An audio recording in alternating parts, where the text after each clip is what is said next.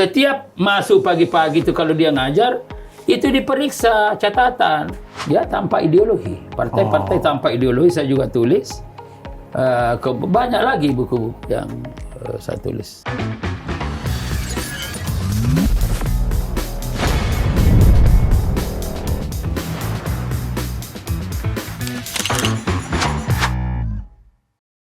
Halo semuanya, selamat datang kembali di Ulti, Ulik Tipis. Dan hari ini gue Bagaska bakal mengulik tipis salah satu politisi senior Indonesia, yaitu adalah mantan Menteri Sosial, yaitu Bang Idrus Marham. Idrus Marham. Marham itu Idrus terpuji, jadi saya ini dipuji. Oke, Idrus Marham. Masalahnya Bagas harus muji. Perkenalan dulu nama saya Bagas, Bang. Gimana Bang belakangan ini, apalagi baru kelar Lebaran, apakah mudik, apakah emang di Jakarta aja keluarga? Jadi kebetulan tahun ini tidak mudik. Bagas ya, jadi tetap ada di sini, tetapi saya betul-betul memanfaatkan momentum Lebaran ini silaturahmi dengan teman-teman. Oh. Ya, terutama karena ya kita masih tahu persis bahwa bagaimana suasana ya pemilu itu masih berpengaruh. Nah, karena itu saya sangat berharap dengan adanya Idul Fitri ini bisa mencairkan kebekuan-kebekuan komunikasi politik yang ada. Itu harapan saya. Dan karena itu saya rajin kemarin keliling juga kepada tokoh-tokoh, kepada para pejabat, kepada teman-teman seperjuangan yang seangkatan. Ya, ketika saya jadi ketua KMP dan lain-lain semua ada di HIPMI, ada di KAD, macam-macam kita silaturahmi, termasuk di pemerintahan, termasuk presiden. Oke, berarti memang keliling Jakarta ya selama Jadi Lebaran? Jakarta lah, ini Jakarta, kita kemana-mana. Pokoknya sejak hari Lebaran, saya Lebaran di Istiqlal, sudah ketemu banyak menteri, ketemu presiden. Ya sudah halal bihalal. Ya ketawa-ketawa, jadi menghilangkan kepenatan apa segala, dan itu betul-betul luar biasa.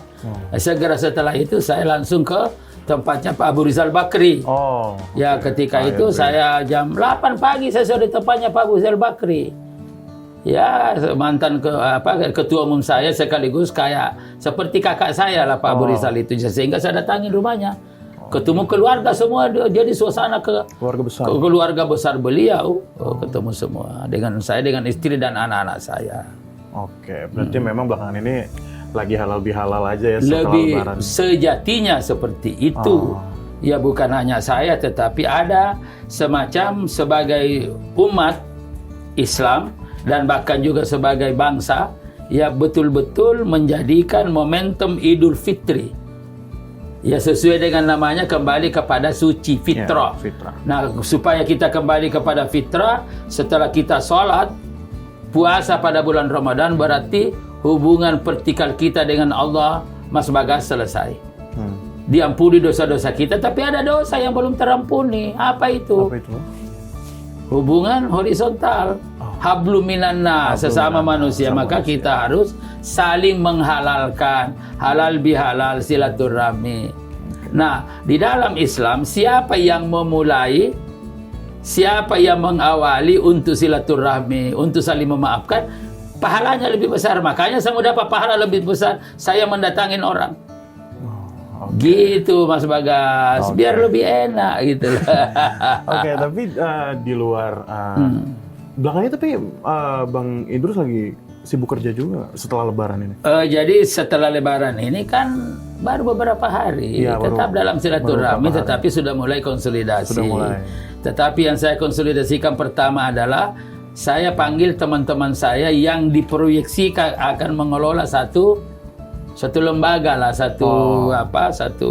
bukan organisasi, tapi satu forum yang saya beri nama Forum Dialektika Gerakan Pemikiran Keumatan Kebangsaan. Ya, sekretariatnya itu ada di Taman Ismail Marzuki nomor 13A. Nah, kita akan mencoba di situ nanti ke depan seperti apa.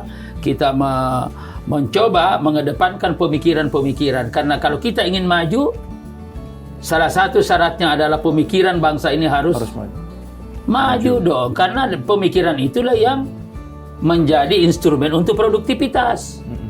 Kalau sebuah bangsa yang mau besar, pemikirannya harus maju, dan itu yang produktif. Maka kita coba dorong seperti itu. Oke, tadi kita kan sempat ngobrol juga nih Bang, sebelum kita rekaman, katanya salah satu hobi Bang Idrus adalah membaca atau buku-bukuan lah. Nah, itu biasanya Bang Idrus tuh baca buku apa? Jadi atau gini Mas nulis? Bagas ya, jadi memang sekolah saya ini mungkin tidak normal. Kenapa tuh? Kok nggak normal? Tidak normal karena di kampung saya dulu itu gini nih, kalau mau sekolah dulu ada begini nih Mas. Oh tahu, iya. Jadi kalau siapa yang nggak pegang telinga itu belum boleh masuk. Iya. Ya, tapi saya di kampung, rumah saya itu, kampung saya itu jarak dari Sulawesi Selatan itu Makassar itu 187 km. Wow. Ke sebelah utara. Namanya Kabupaten Pinrang, jauh lagi dari kampung. Nah, disitulah saya belajar.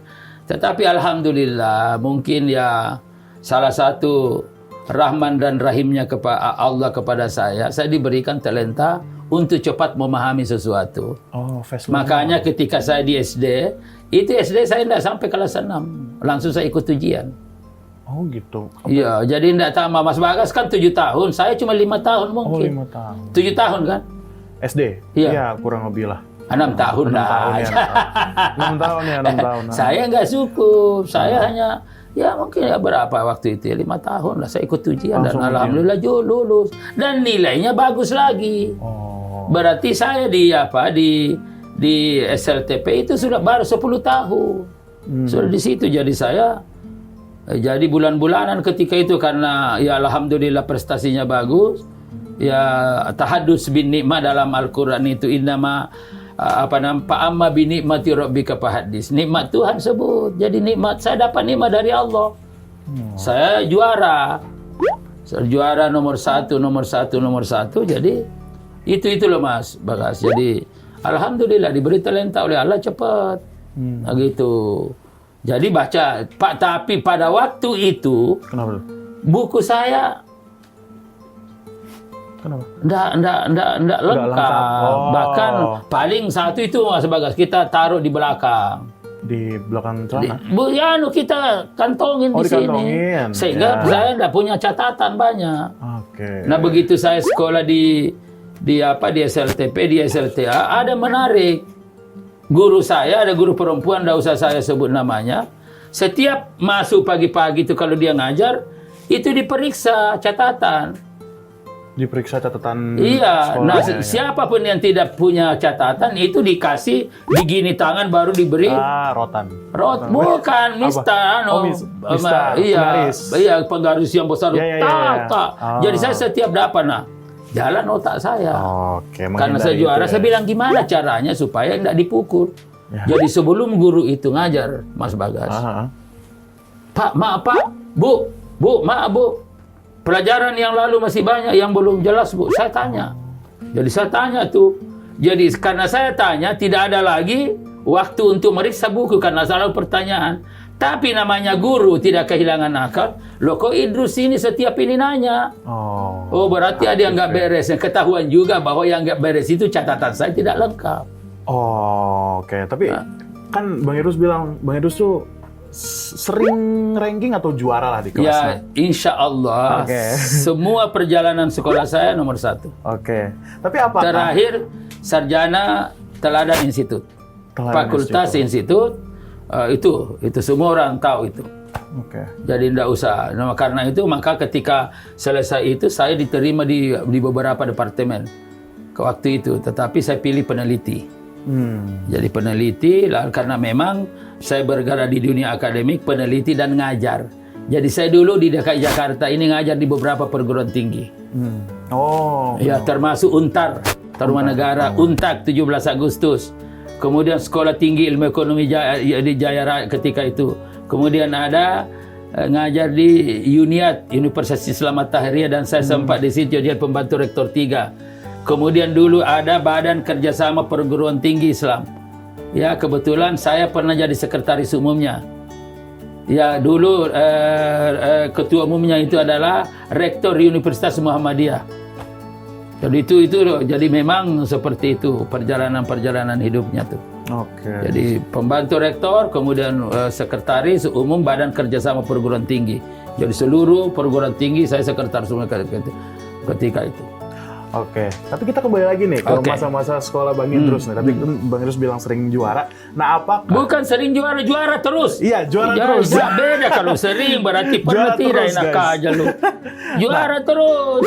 Tapi apakah respon-respon dari teman-teman Bang Idrus? Apakah Bang Idrus dibully kah? Atau kayak, ih nggak usah ditemenin lah dia pintar. Enggak, gitu? justru kebalikan. Oh, kebalikan. Kenapa? Karena saya terus terang aja, Mas Bagas. Kan di dalam agama juga ada dua hal orang boleh cemburu. Apa aja tuh? Pertama karena ilmu, Oke. yang kedua karena amal. Ah, Nah saya kalau ada orang lebih pintar dari saya, waduh ini gimana caranya nih? Gua harus ngalahin orang itu. iya. Nah disitulah saya berusaha. Betullah baca buku, tapi buku ya saya pinjam. Pinjam. Karena saya tidak punya duit untuk beli dan lain-lain sebagainya, saya pinjam bisa. Nah itu satu. Jadi itu yang terjadi gitu loh Mas Bagas. Jadi jalan terus. Jadi juara terus. Ya, nomor satu sampai dia di Makassar, pindah ke Jogja, diterima di Jogja tapi karena ada masalah dikit, sempat di penjara ketika itu ada gerakan-gerakan 3 bulan, lalu pindah ke Semarang. Semarang saya selesai. Nah begitu di Semarang, ya jadi mahasiswa, jadi sarjana teladan institut. Fakultas baru institut. Setelah itu saya di sini langsung kerja di penelitian itu tadi. Nah lalu ngajarlah tadi beberapa perguruan tinggi itu. Oke. Nah, jadi paling lama ya itu tadi di Tarumanegara, di 17 Agustus, di UNIAD Sekolah Tinggi Ilmu Ekonomi, lalu di S3 di UNJ Universitas Negeri Jakarta, saya ngajar di S3 di situ dan beberapa lagi ya S3 tapi sekarang istirahat ya, tapi sebelumnya itu tidak di S1 tapi di beberapa perguruan tinggi S3.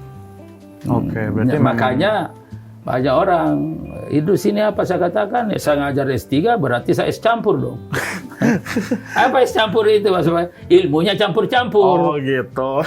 Iya. Ya. Berarti memang Bang Idrus tuh dari awal tuh basicnya pendidikan lah ya. Iya akademik ya. Akademik. Karena itu kan waktu saya ketua umum KNPI tahun 2002, yang pertama sekali saya ubah adalah bagaimana merubah tradisi pemuda Indonesia dari huru hara fisik menjadi huru hara wacana.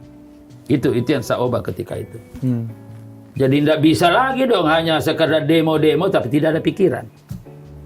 Pikiranlah yang harus memandu, karena itu kita kembangkan huru hara wacana.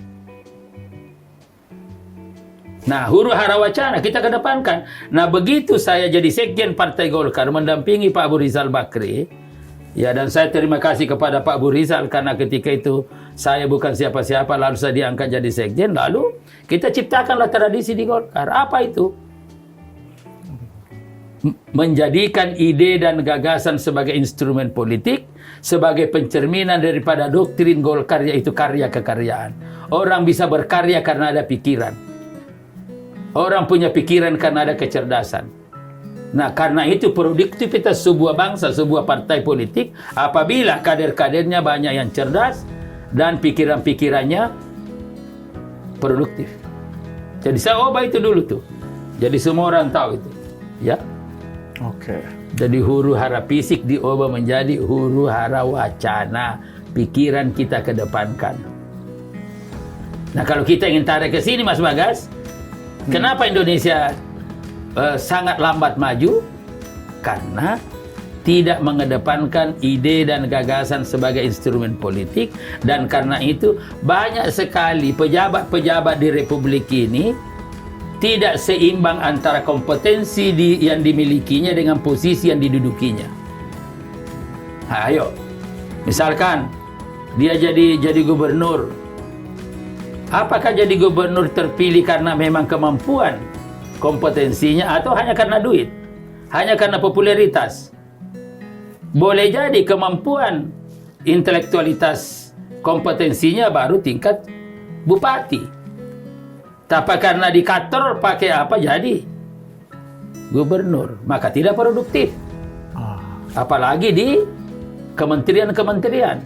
Mestinya baru eselon 2 tapi sudah jadi eselon 1. Mestinya baru eselon 3 sudah jadi eselon 2. Kan tidak ada produktivitas republik ini. Makanya negeri ini tidak maju-maju. Oke. Gitu. Makanya juga mungkin masih ingat disertasi saya Mas Bagas. Judulnya itu di UGM, Demokrasi Setengah Hati. Studi kasus tentang perilaku elit dan institusi di DPR.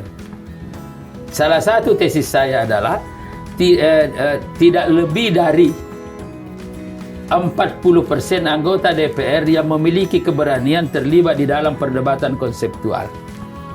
60 yang lain itu penggembira, tetapi diprotes oleh Profesor Gayus Lumbung.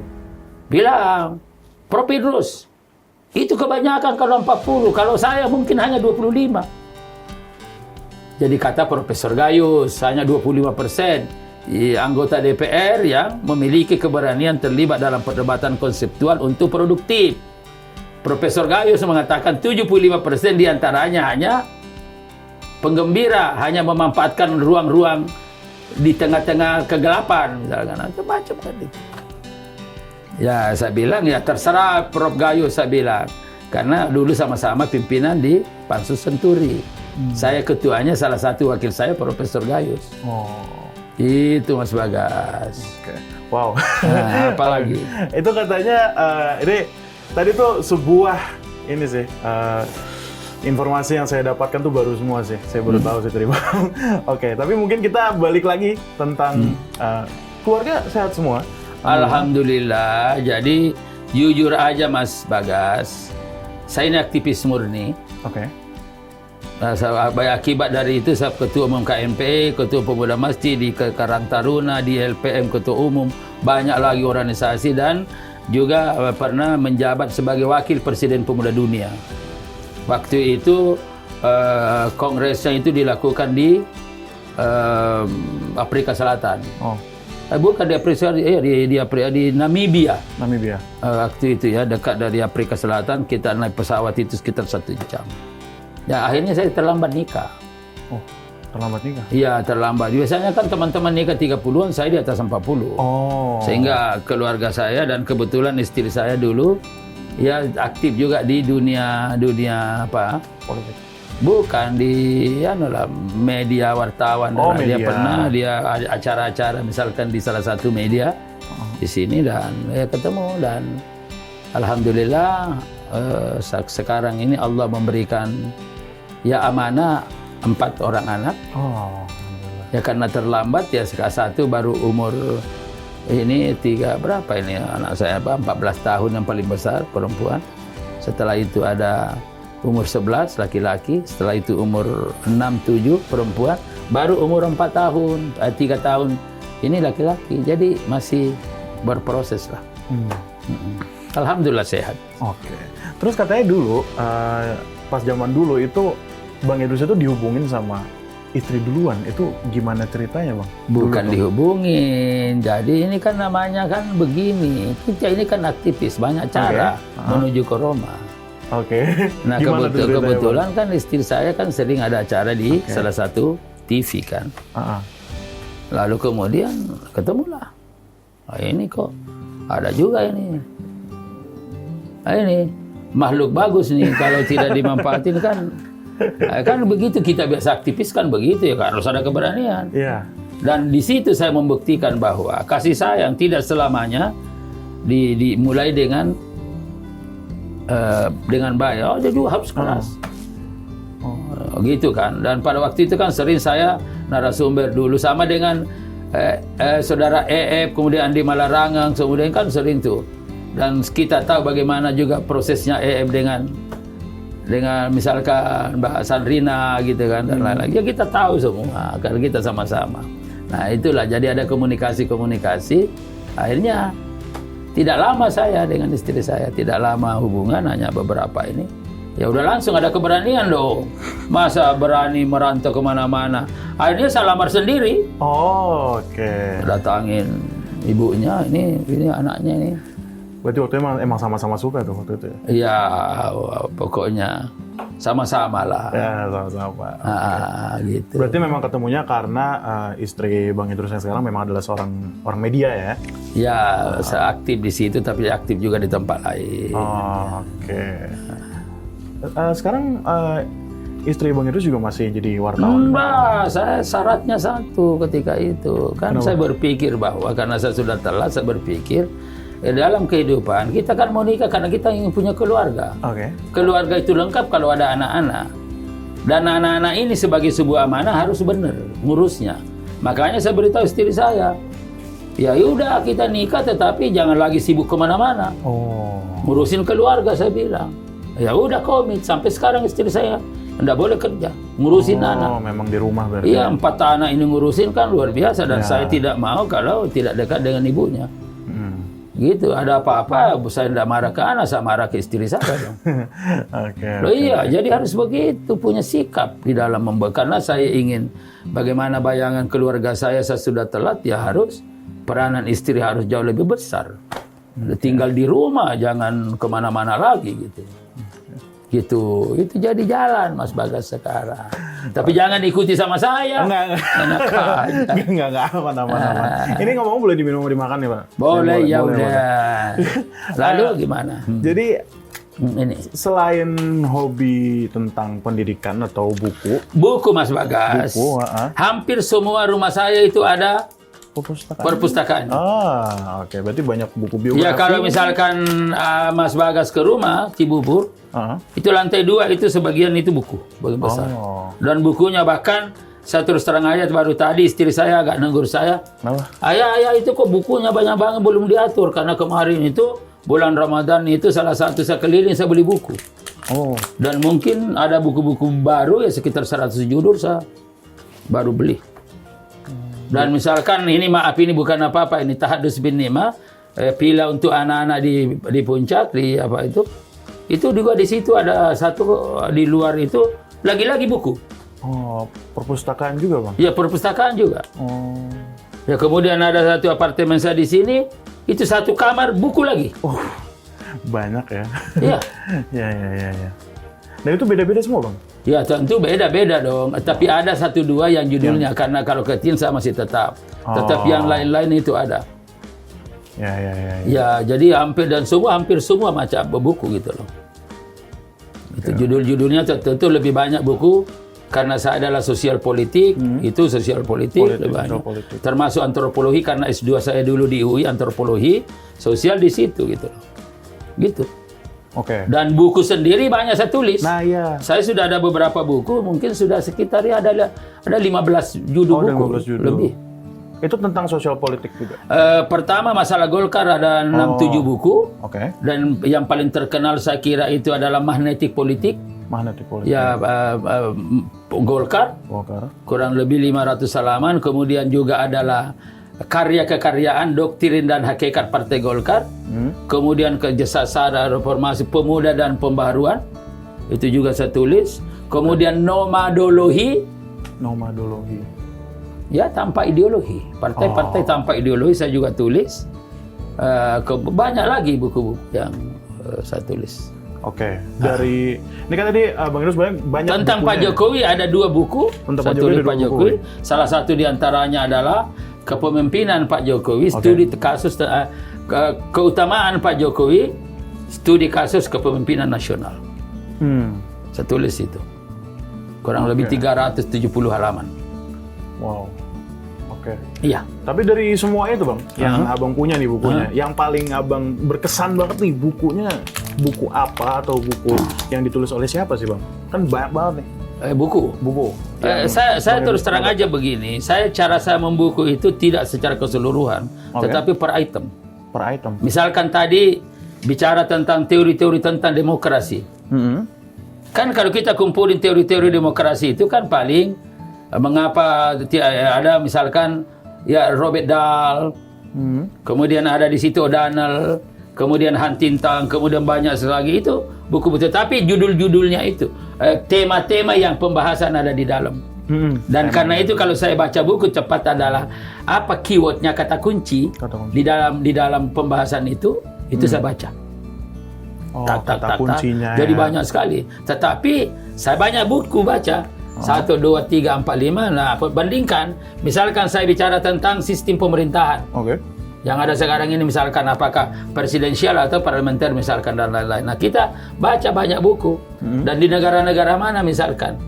Di Afrika, di Amerika Latin dan lain-lain sebagainya. Lahirnya misalkan parlementer itu ada di Inggris, kemudian presidensial misalkan di Amerika, lalu bagaimana berkembang ini di negara-negara Amerika Latin, misalkan Argentina, kemudian misalkan di Brasil, lalu kemudian di Afrika misalkan seperti apa. Nah, kan saya bandingkan semua di situ.